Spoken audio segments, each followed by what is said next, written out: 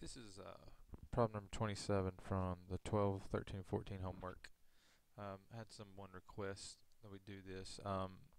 We did this in class, but some people weren't there that day, so I'm just going to kind of guide you how to do this one. All right.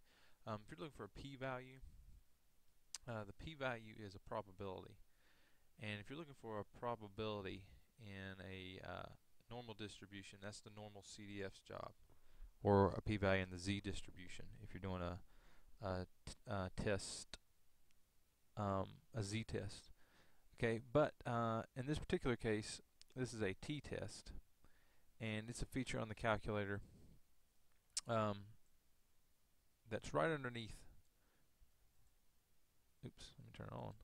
It's right underneath the normal CDF, and that's what's this one right here, the t-CDF. Right, it does the same thing the normal CDF does, but it does it in the t distribution. So when you see a question like this, p-value using technology, test statistic with 2.611, or just anything, but the important thing is the test statistic is a t-value instead of a z-value. Then you need to use the t-CDF. So I'm going to come down here, the t-CDF, and it is just like the normal CDF. It takes a lower number, upper number, and then the only thing that's different is it takes in the degrees of freedom, which is one less than your sample size. So the p-value is a value that's as extreme or more extreme than what I'm seeing. So 2.611, that's way out of way. Remember, that's a t-score or a z-score. They both mean the number of standard deviations. So this is 2.611 standard deviations away from the mean. So something that's not very common. It's a pretty rare value here. So just like before, something greater than or equal to 2.611. We put the lower number in, 2.611. The upper number, we can use 99999. You can also use, this is like a z-score. It's a t-score, but it's like a z-score.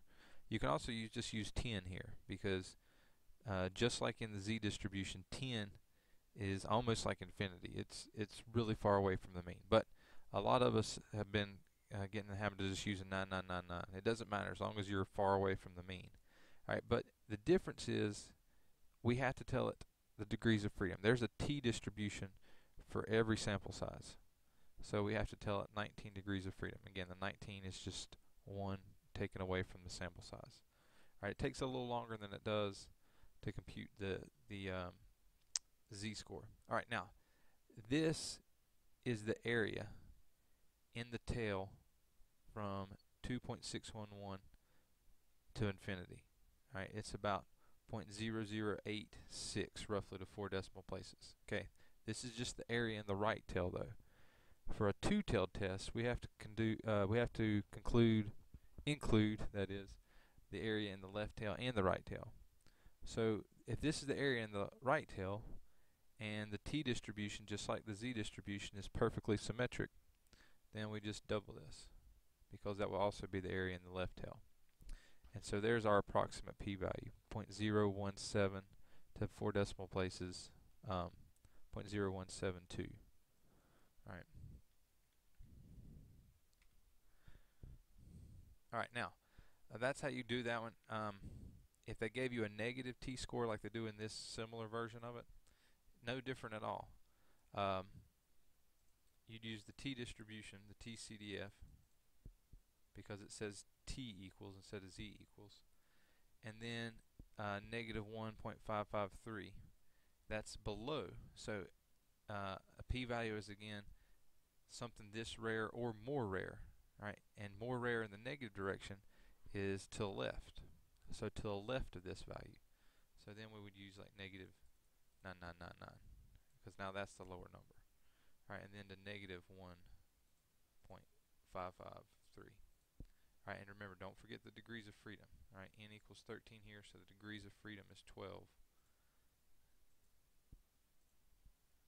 And there's our number. All right, this is below that number. This is a two-tailed test, so we have to remember to double it. All right, 0.1464 to 4 decimal places.